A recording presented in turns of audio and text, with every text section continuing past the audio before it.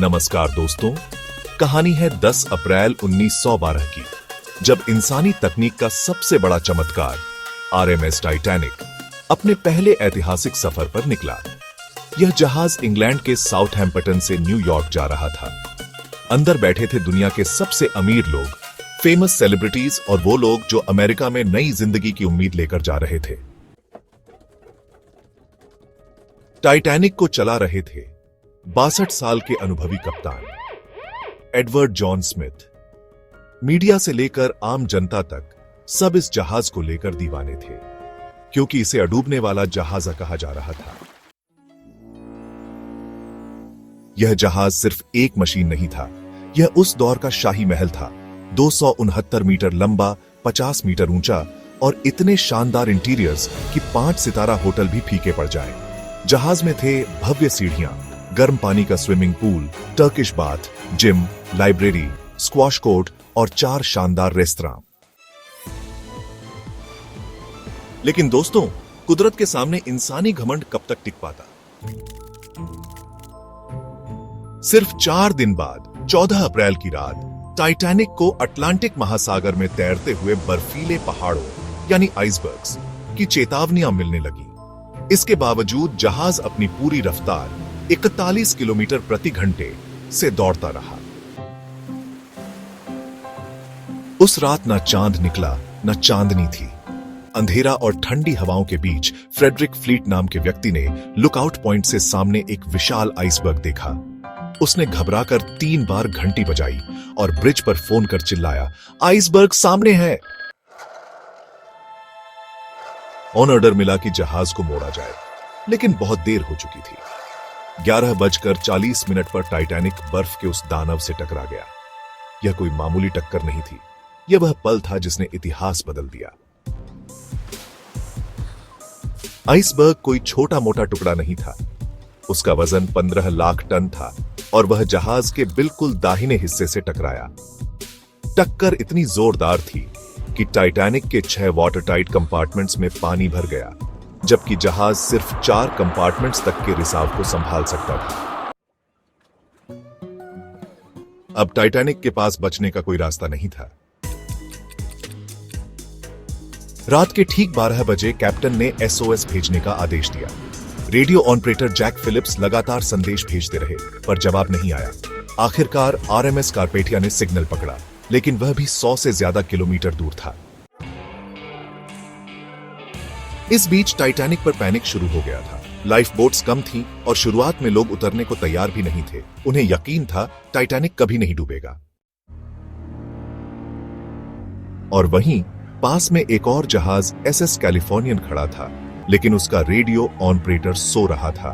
उन्होंने टाइटैनिक के SOS signal और फ्लेयर्स को देखा भी, लेकिन मजाक समझकर नजरअंदाज कर दिया।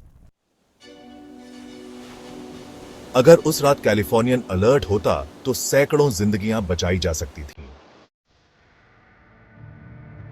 टाइटैनिक की इस तबाही ने समंदर में सफर करने के सारे नियम बदल दिए। 1914 में इंटरनेशनल आइस पेट्रोल बनाई गई। सोलास नाम की इंटरनेशनल ट्रीटी साइन हुई, जिसने हर जहाज पर जरूरी सुरक्षा नियम लागू किए, जैसे हर पैसेंजर के लिए लाइफ बोट अनिवार्य करना। टाइटैनिक का मलबा 1985 में समुद्र की 3.8 किलोमीटर गहराई में जाकर ढूंढा गया। आज 100 साल बाद वह मलबा धीरे धीरे समंदर में घुल रहा है। और फिर भी टाइटैनिक की कहानी आज भी लोगों के दिलों में जिंदा है। लेकिन क्या टाइटैनिक को बचाया जा सकता था? जवाब है हां। कुछ फैसले अलग लिए जाते तो शायद टाइटैनिक आज भी तैरता होता। अगर जहाज की रफ्तार धीमी की जाती, टाइटैनिक को लगातार आइसबर्ग वार्निंग्स मिल रही थी।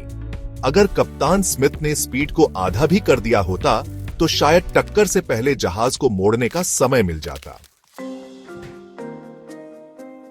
अगर लुकआउट को दूरबीन दी गई होती, उस रात जहाज के लुकआउट क्रू के पास दूरबीन नहीं थी। दूरबीन होती तो आइसबर्ग को पहले देख लिया जाता। अगर एसएस कैलिफोर्नियन ने रेडियो बंद न किया होता, कैलिफोर्नियन पास में ही था। अगर उसका रेडियो ऑपरेटर जाग रहा होता तो डिस्ट्रेस सिग्नल तुरंत मिल जाता और सैकड़ों जिंदगियां बचाई जा सकती थीं। अगर पर्याप्त लाइफ बोट्स होती, टाइटैनिक पर जितने यात्री थे उनकी तुलना में आधे से भी कम लाइफ बोट्स थीं, क्योंकि कंपनी को भरोसा था कि यह जहाज तो डूब ही नहीं सकता। अगर पैनिक ना होता और इवैक्यूएशन ड्रिल हुई होती, कैप्टन स्मिथ ने उस दिन की इवैक्यूएशन ड्रिल कैंसिल कर दी थी। अगर पैसेंजर पहले से ट्रेंड होते तो लाइफ बोट्स बेहतर तरीके से भरी जा सकती थी।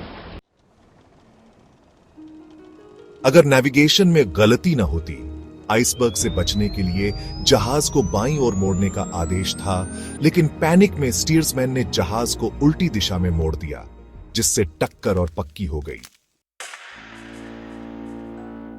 अगर जोसेफ ब्रूस ने चेतावनी छुपाई ना होती, व्हाइट स्टार लाइन के डायरेक्टर जोसेफ ब्रूस ने आइसबर्ग वार्निंग को क्रू से छुपाया ताकि जहाज की स्पीड कम ना हो और रिकॉर्ड टाइम में पहुंचाया जा सके। टाइटैनिक एक जहाज नहीं था, वो इंसानी घमंड का तैरता हुआ नमूना था। कुदरत ने दिखा दिया कि चाहे तकनीक कितनी भी मजबूत हो, एक गलत फैसला, एक छोटी चेतावनी और सब कुछ पल में तबाह हो सकता है। अगर आपको यह वीडियो पसंद आया हो तो नीचे लाइक जरूर दबाएं और चैनल को सब्सक्राइब करें।